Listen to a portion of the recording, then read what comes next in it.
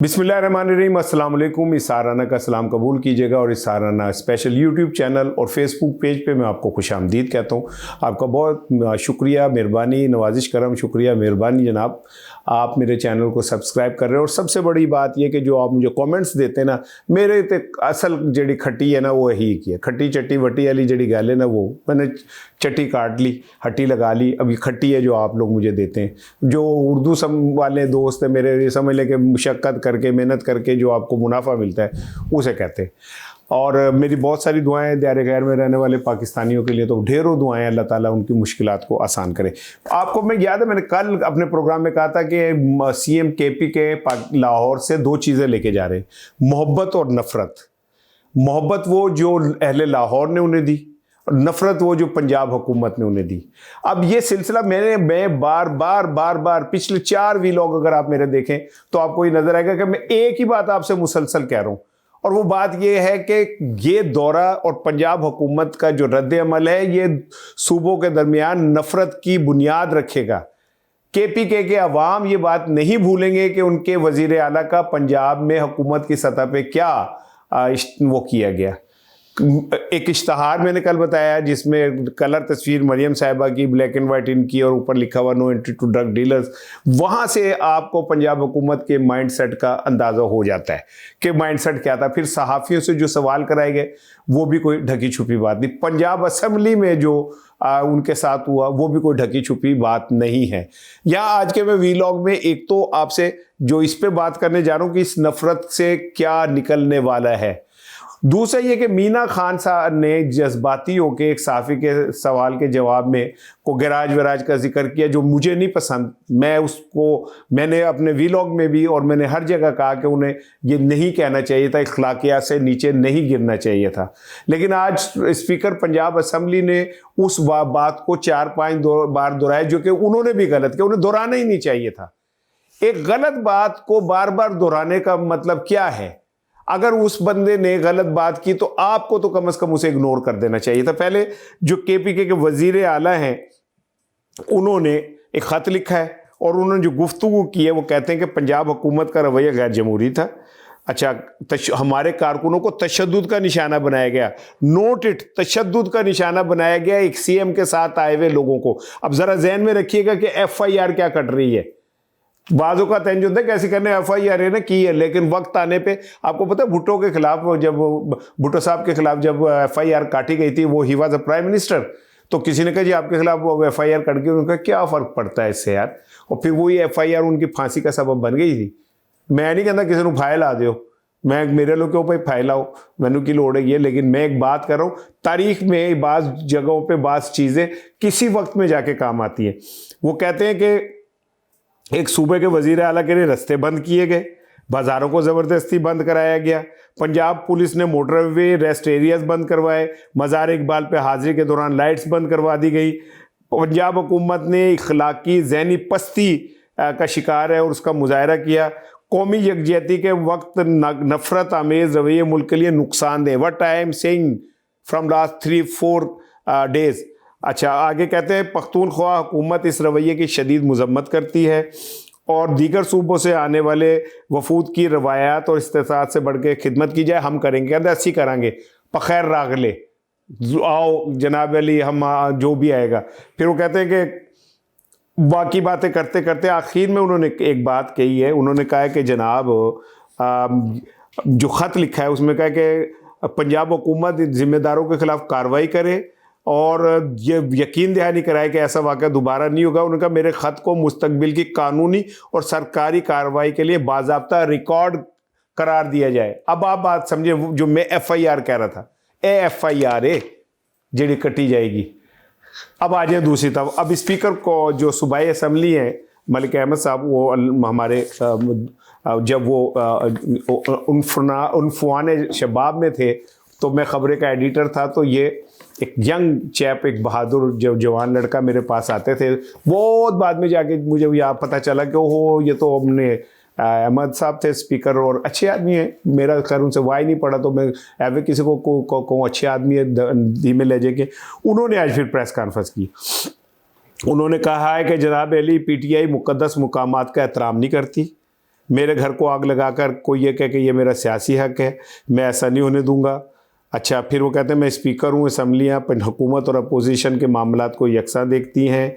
जो लोग सीएम साहब के साथ आए उनके पास शनाख्ती कार्ड नहीं थे, वो का मुजरिम थे, क्रिमिनल थे, ठीक है।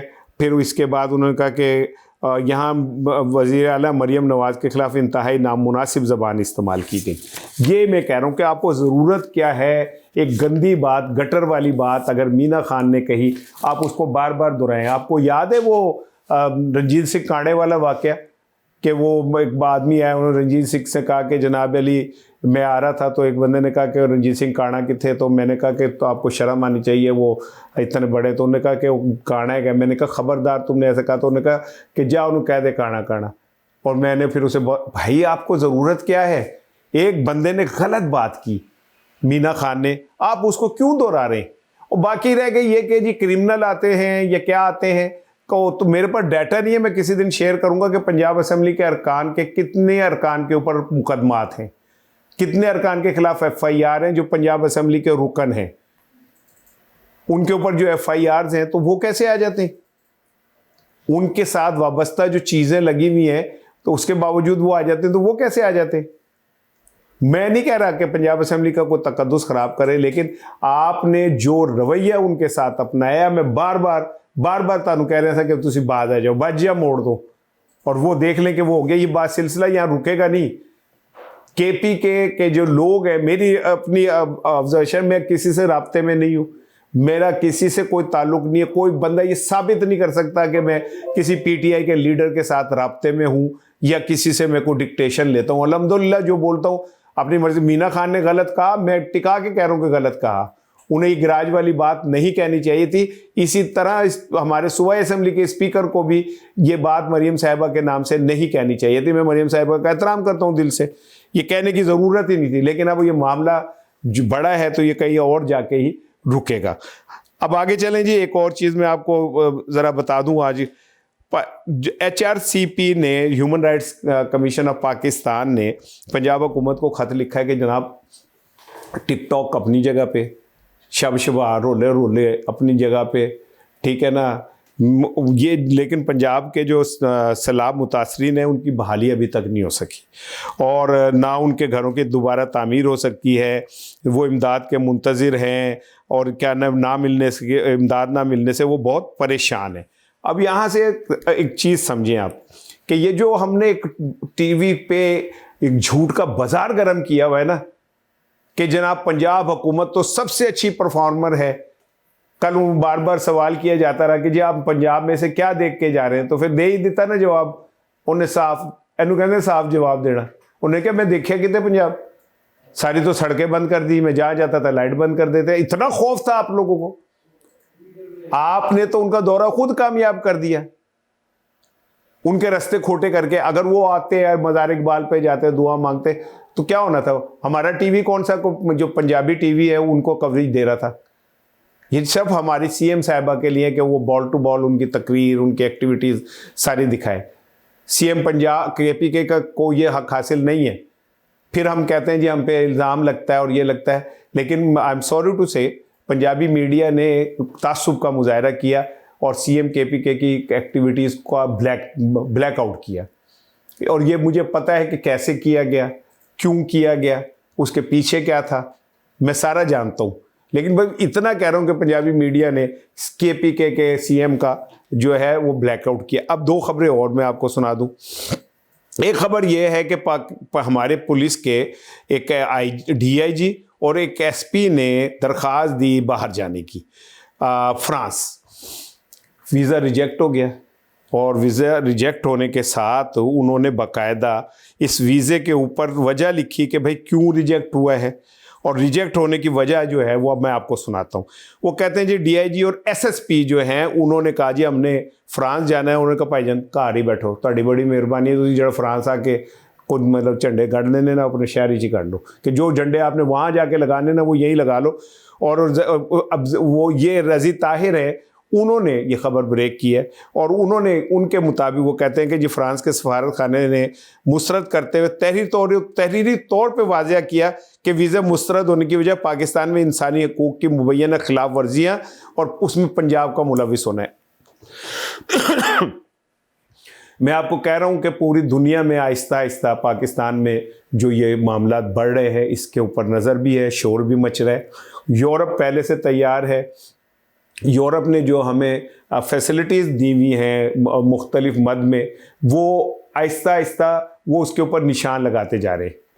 और जीपी प्लस जो हमें मिला हुआ है वो अगर खुदा ना खास्ता हमारे इस रवैये की वजह से, क्योंकि उन्होंने एक FIR तो उन्होंने भी बना ली है कि जनाब पाकिस्तान में इंसानी हकूक़ की खिलाफ वर्जी, और ये बहुत बड़ी FIR है जो उन्होंने लिखा है कि पंजाब हुकूमत मुलविस है इंसानी हकूक़ की खिलाफ वर्जियों में। 9 मई के बाद जो कुछ भी पंजाब में किया गया वो दुनिया ने देखा है, चाहे अब हम उसके आगे बोलें ना बोलें वो अलग चीज़ है।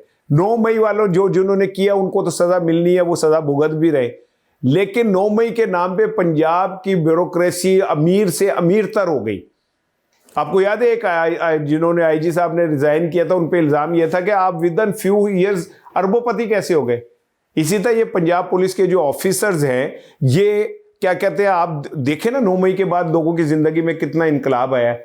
लोगों ने अपने घर बेचे हैं, कारोबार अपने तबाह किए हैं कि हमारे बच्चों के नाम के साथ 9 मई ना लग जाए, सारी उम्र के लिए कलंक का टीका, ना बाहर जा सकते हैं ना यहाँ कारोबार कर सकते हैं। ये सब कुछ उनके खाते पड़ने वाला था, जिसकी वजह से लोगों ने अपने बच्चों को बचाया और पुलिस ने किया, उसका जवाब आपको आ गया। और जाते जाते मैं देखे कानून और इंसाफ के मैं तो साथ खड़ा हूँ हमेशा।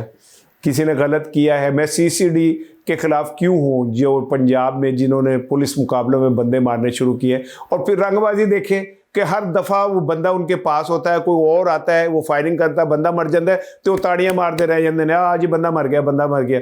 ठीक है, वो एक तो नाअहल हो, फिर तुम्हारी कस्टडी में हर बंदा मर जाता है, इसका मतलब तुम लोगों को प्रोटेक्शन नहीं आती। और अगर हम इस बात को ऐसे मान लें कि खुद ही मरवा रहे हैं तो फिर अदालतें को घर भेज देते हैं। जस्टिस आयशा नीलम के खिलाफ जो ट्रोलिंग शुरू हुई है, वो एक मिठा साहब को मैं देख रहा था, इतनी गंदी ज़बान इस्तेमाल कर रहे थे, मुझे बड़ा दुख हुआ। फिर मैंने कहा कि यार अब मैं तो मुझे किसी ने बताया इन्हें सदारती अवार्ड भी मिला हुआ है। तो सदारती अवार्ड याफ्ता लोग अगर जजेस साहिबान के खिलाफ इस तरह की ज़बान इस्तेमाल करेंगे तो आप PTI वालों को किस चीज़ की गालियाँ देते। रजब भट्ट के साथ कराची के अंदर जो भी हुआ, मैं तो उसके साथ, रजब भट्ट को अदालत से सजा मिलनी चाहिए भाई, उसने जो किया उसे अदालत से सजा मिलनी चाहिए। रजब भट्ट जब आखिरी दफा इस्लामाबाद हाईकोर्ट पेश हुआ था और जज का दरवाजा उसके लिए खुला था, तब भी मैं उसके खिलाफ बोला था, आपको याद होगा। लेकिन ये कौन सा तरीका है कि वुकला इंसाफ करना शुरू कर दे, उन्होंने बेचारों चपेड़ा मार मार के मुंह लाल करता होता है। शुक्र करो दी ट्रेंड नहीं की थी मेरे से, उसके साथ वो दादी वाला भी था, नदीम दादी वाला क्या नाम है उसका भाई, नानी वाला, बस दादी नानी जी गए, मुल्क को गुआज गया मैंने तो लगता है। तो भाई अगर वुकला ने ही सारा कुछ फैसला करना है तो अदालतों को ताला लगा दे, और आप खुद जज अदालतों में बैठ के कहना शुरू कर दें कि कुंडी ना खड़का सोने सीधा अंदर आ, फिर आप खुद करना शुरू कर दें। तो मैं तो समझता हूँ कि ये बहुत बुरा हुआ। और जो वो ये इदारे हैं, बार्स हैं, इन्हें इस बात का वो करना पड़ेगा। अगर कानून नाफिज करने वाले अपने हाथों से कानून तोड़ेंगे तो फिर पीछे की रह जाएगा भाईजान, पीछे इशारा नहीं रह जाएगा, जड़ा बोलदा थक जाएगा। अस्सलाम वालेकुम।